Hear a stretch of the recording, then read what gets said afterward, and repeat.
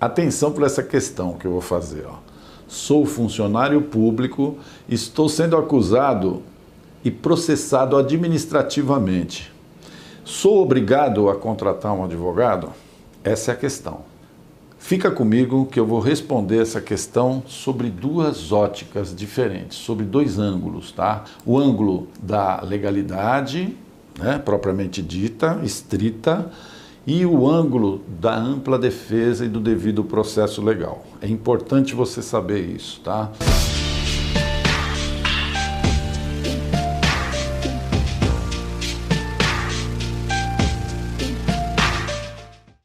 Bom, meu nome é Lucas Gomes Gonçalves, sou advogado especializado na defesa do funcionário público em processos e sindicâncias administrativas disciplinares, ok? Defendo também o funcionário público nos processos penais de crimes próprios do funcionário público, como, por exemplo, o peculato, que é um crime bastante cometido por funcionário público.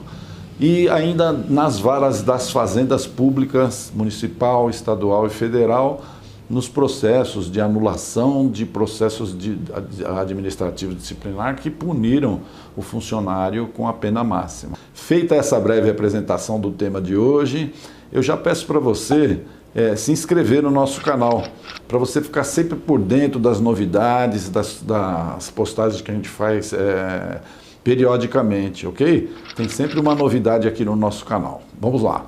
Agora vamos à resposta. A resposta à questão se você é obrigado a constituir um advogado no processo administrativo disciplinar é não. Você não é obrigado a constituir um advogado.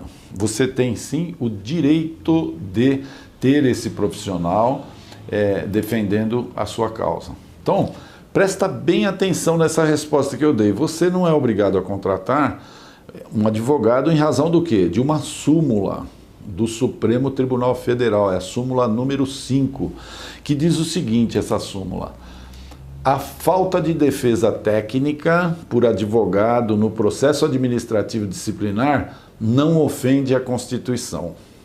Presta atenção, hein? O Supremo veio e disse, olha, a falta do advogado nesse tipo de processo não ofende a Constituição, ok? Você, então, não é obrigado a contratar um advogado, até porque o Supremo já pacificou isso. Você tem, então, como eu disse, o direito de ser defendido tecnicamente por um advogado.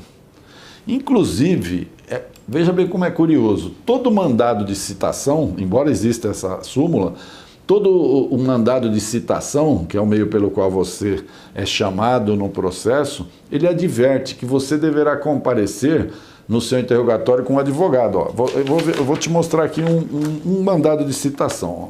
Esse mandado de citação aqui é da Polícia Civil do Estado de São Paulo, onde um funcionário público, um policial civil, ele está sendo processado. E aqui ele diz o seguinte, ó, depois dos preâmbulos, né, ele diz que deverá comparecer na Rua da Consolação, número tal, no dia tal, às 14 horas, acompanhado de advogado, a fim de ser interrogado no processo administrativo disciplinar em tela, que lhe move a administração pública, podendo ofertar defesa preliminar, entregar rol de testemunhas de defesa, até o número de 5 e aí por diante. Ou seja, ele adverte que você deverá comparecer acompanhado de um advogado. Então, né? Por que criaram essa súmula, né? Se ali ele fala assim, você tem que vir com um advogado. Então, as unidades processantes não iniciam a instrução processual sem a presença de um advogado constituído pelo funcionário, ou eles ainda avisam, se você não tiver como constituir um advogado, nós vamos nomear um advogado dativo para você, para fazer a sua defesa. Ora, se não é obrigatória a presença do advogado, o que que justifica essa atitude reiterada das unidades processantes? Então, eu vou explicar. Essa súmula, ela veio apenas para pacificar um entendimento no sentido de que não se anula um processo administrativo disciplinar pelo simples fato da ausência do advogado. Ou seja, olha, eu estou num processo, estive num processo durante todo o tempo sem advogado. Então, o resultado não foi interessante, fui demitido ou fui punido e agora eu quero anular tudo porque não tinha um advogado. Então, para isso é que serviu essa súmula, para evitar esse tipo de conflito. Por quê? A pessoa fazia uma defesa, não gostei dessa defesa, agora eu vou anular tudo porque não tinha advogado. Então, é por isso que criaram a súmula. Até porque se não houvesse essa súmula, sem números de processos administrativos da esfera municipal, estadual e federal, abarrotaria o Poder Judiciário de uma forma inviável, uma forma que não poderia ser trabalhada, entendeu? Então veio o Supremo e falou, vamos criar essa súmula. Para quê? Para que ninguém alegue esse tipo de nulidade. Bom, legal, agora eu é que vou fazer uma pergunta para você. Por que razão a Constituição Federal afirmou e afirma no artigo 133 que o advogado é indispensável à administração da justiça, sendo ele inviolável por seus atos e manifestações no exercício da sua profissão e nos limites da lei? Então, dentro do nosso assunto, artigo 133 da Constituição Federal, o advogado é indispensável à administração da justiça. Se ele é indispensável à administração da justiça, como uma súmula diz que ele é dispensável. Porque nós estamos em esferas distintas, né? A administração da justiça, ele está se referindo ao poder judiciário. Então, como todo ato administrativo é passível de anulação pela justiça, então o advogado, ao final, ele vai ser indispensável à administração da justiça de qualquer forma. Ocorre que, né, o legislador constitucional, constituinte, para chegar a esse posicionamento, ele teve uma série de reiteradas decisões e chegou nessa súmula vinculante, que ela vincula todo e qualquer processo. E se fez isso e colocou-se isso na Constituição Federal simplesmente para consagrar o que de fato já é de conhecimento notório, né?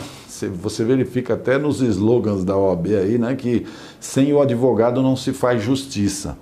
E se você parar para pensar bem, isso não é uma coisa meritória, olha, sem o advogado não se faz justiça, porque, de fato, a defesa técnica, ela só pode ser exercida por quem conhece, por quem é capaz de exercer essa defesa técnica. E é essa defesa técnica que é a garantia ampla defesa que deverá ser exercida em sua plenitude, né? Através do quê? Do devido processo legal. Então, como você vai atuar dentro dos parâmetros do devido processo legal, dentro de toda a concepção da ampla defesa, se a pessoa não conhece, não é técnica, ela não é operadora de direito? Impossível, né?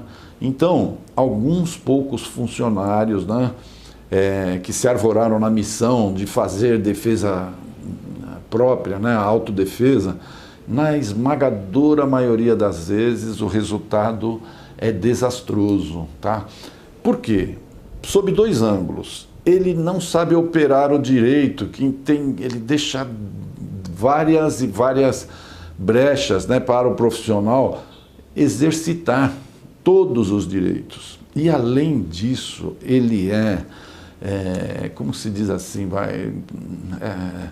às vezes iludido, ele é levado a produzir determinadas provas, juntar determinados documentos que o advogado dele jamais juntaria.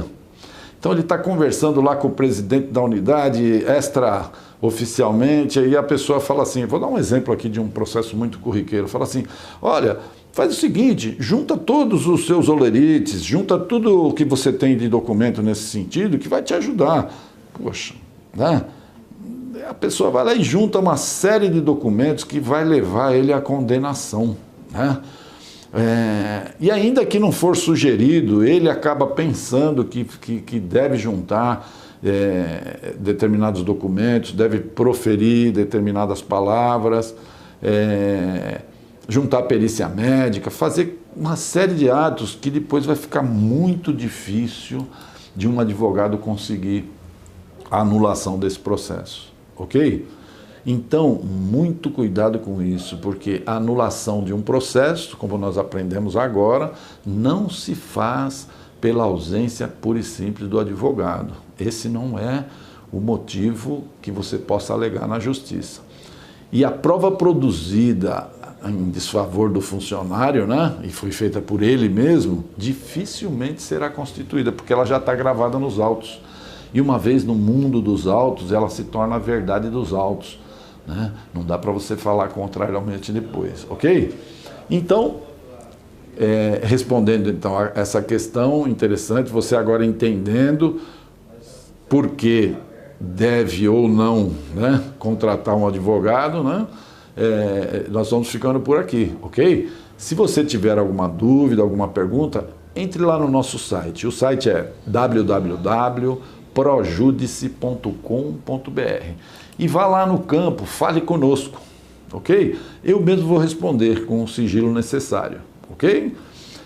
E se esse vídeo te ajudou de alguma forma, dê um like lá, um positivo, compartilhe lá com seus amigos nas redes sociais e não esqueça de se inscrever no nosso canal aí que você vai receber sempre um insight novo aí da gente, ok?